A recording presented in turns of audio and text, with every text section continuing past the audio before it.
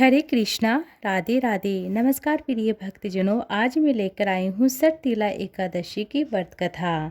इससे पहले आप सभी को सरतिला एकादशी की ढेर सारी शुभकामनाएं, बधाइयाँ। एक समय दालव्य ऋषि ने पुलस्त्य ऋषि से पूछा कि हे महाराज, पृथ्वी लोक में मनुष्य ब्रह्म हत्या आदि महापाप करते हुए पराये धन की चोरी तथा दूसरों की उन्नति तक ईर्ष्या करते हैं, साथ ही अनेक प्रकार के व्यसनों में डूबे रहते हैं, फंसे रहते हैं, फिर भी उनको नरक प्राप्त नहीं होता है। इसका क्या कारण है? तब और वे कौन सा दान पुण्य करते हैं, इससे उनके पाप नष्ट हो जाते हैं? यह सब कृपया करके मुझे विस्तार पूर्वक बताइए। तब पुलस्त्य ऋषि कहने लगते हैं कि हे महाभाग, आपने मुझसे बहुत ही अत्यंत गंभीर प्रश्न पूछा है। इससे संसार के हित का अत्यंत भला होता है। संसार के हितकारी प्रश्न है। इस भेद को ब्रह्मा, विष्णु, रुद्र तथा इंद्र आदि भी नहीं जानते, परंतु मैं आपको यह गुप्त तत्व अवश्य बताऊंगा। उन्होंने कहा कि माघ मास लगते ही मनुष्य को स्नान आदि करके शुद्ध रहना चाहिए, इंद्रियों को वश में करके रहना चाहिए, काम, क्रोध, लोभ, मोह तथा अहंकार, ईर्ष्या, द्वेष आदि का त्याग कर भगवान का स्मरण करते रहना चाहिए। पुष्य नक्षत्र में गोबर, कपास, तिल मिलाकर उनके कंडे बनाएं तथा उन कंडों को 108 बार हवन करना चाहिए उन कंडों से।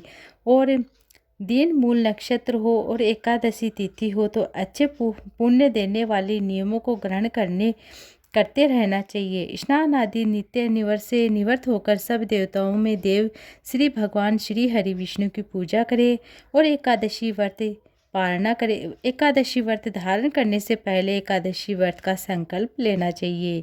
दूसरे दिन धूप, दीप, नैवेद्य आदि से भगवान का पूजन करके खिचड़ी या चावल का भोग लगाएं और भोग के ऊपर तुलसी दल अवश्य चढ़ाएं। तत्पश्चात पेठा, नारियल, सीताफल, सुपारी का अर्घ्य देकर स्तुति करना चाहिए। हे भगवान, आप दिनों को शरण देने वाले, इस संसार सागर में फंसे हुए का उद्धार करने वाले, हे पुंडरीकाक्ष, हे विश्वनाथ, हे विश्वभावन, हे सुब्रह्मण्यम, हे पूर्वजी, हे जगतपते, आप लक्ष्मी सहित इस तुच्छ अर्घ्य को ग्रहण करें। इसके पश्चात जल से भरा हुआ जो घड़ा है ब्राह्मण को दान करें तथा ब्राह्मण को श्यामा गो अर्थात श्याम कलर की गो तथा तिल का दान करे। और तिल स्नान आदि भोजन दोनों ही सर्वश्रेष्ठ बताए गए हैं। इस प्रकार जो मनुष्य जितने तिलों का दान करता है उतने ही 1000 वर्ष स्वर्ग में वास करता है। तिल स्नान, तिल का उपटन, तिल का हवन, तिल का तर्पण, तिल का भोजन और तिल का दान, ये 6 प्रकार के बताए गए हैं। इसी का नाम है सरतिला और इसके प्रयोग के कारण सरतिला एकादशी व्रत कहलाता है। इस व्रत करने से अनेक प्रकार के पाप नष्ट हो जाते हैं। इतना कहकर पुलस्त्य ऋषि कहने लगते हैं कि अब मैं तुमसे इस एकादशी का महात्म्य कहता हूँ।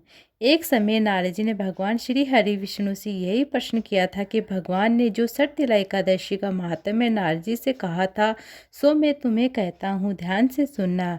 भगवान ने नारद जी से कहा कि हे नारद, मैं तुमसे सत्य घटना कहता हूँ, ध्यान से सुनना।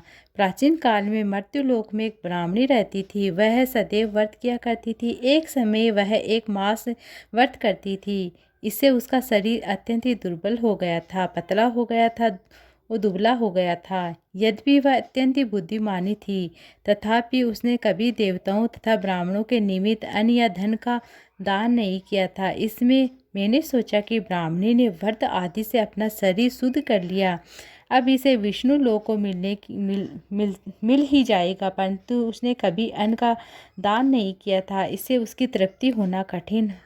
भगवान ने आगे कहा कि ऐसा सोचकर मैं भिखारी के वेश में मर्त्युलोक में उस ब्राह्मणी के पास गया, उससे भिक्षा मांगी। वह ब्राह्मणी बोली, महाराज किस लिए आए हो? मैंने कहा कि मुझे भिक्षा चाहिए। उस पर उसने कहा कि एक मिट्टी का ढेला मेरे भिक्षा पात्र में डाल दिया। मैं उसे लेकर स्वर्ग में लौट आया। कुछ समय बाद ब्राह्मणी भी शरीर त्याग कर स्वर्ग में आ गई। उस ब्राह्मणी को मिट्टी का दान करने से स्वर्ग में सुंदर महल मिला, परंतु उसने अपने घर को अन्न आदि सब सामग्री से शून्य पाया।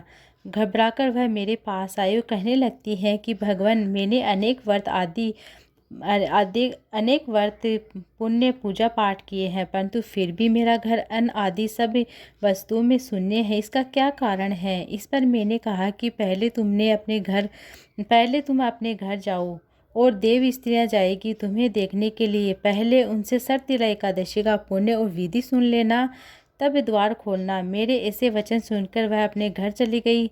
जब देव स्त्रियाँ आई और द्वार खोलने को कहा तो ब्राह्मणी बोली, आप मुझसे देखने आई है तो सरतिला एकादशी का महात्म्य मुझसे कहो। तो उसमें से एक देव स्त्री कहने लगती है कि मैं कहती हूँ कि जब ब्राह्मणी ने सरतिला एकादशी का महात्म्य सुना तब द्वार खोल दिया और देवांगनों ने उसको देखा कि न तो वह गंधर्व और न ही आसुरी वरण पहले जैसी मानुषी हैं। उस ब्राह्मणी ने उनकी कथा सुनाकर सरतिला एकादशी का व्रत किया। उसके व्रत के प्रभाव से वह सुंदर और रूपवती हो गई। उसका घर अनादि समस्त सामग्री से युक्त हो जाता है। अतः मनुष्य को मूर्खता त्याग कर सरतिला एकादशी का व्रत जरूर करना चाहिए और तिल का दान करना चाहिए। हो सके तो इस दिन एकादशी का व्रत धारण नहीं कर पाते हैं तो तिल का दान अवश्य करना चाहिए। किसी न किसी स्वरूप में तिल का दान अवश्य करना चाहिए। इससे दुर्भाग्य और दरिद्रता दूर होती है, अनेक प्रकार के कष्ट दूर होते हैं, मोक्ष की प्राप्ति होती है, धन में वृद्धि होती है, घर में सुख समृद्धि का वास होता है। ये थी आज की कथा। उम्मीद है आपको अच्छी लगी। वीडियो अच्छी लगी तो वीडियो को लाइक ज़्यादा से ज़्यादा शेयर कीजिए।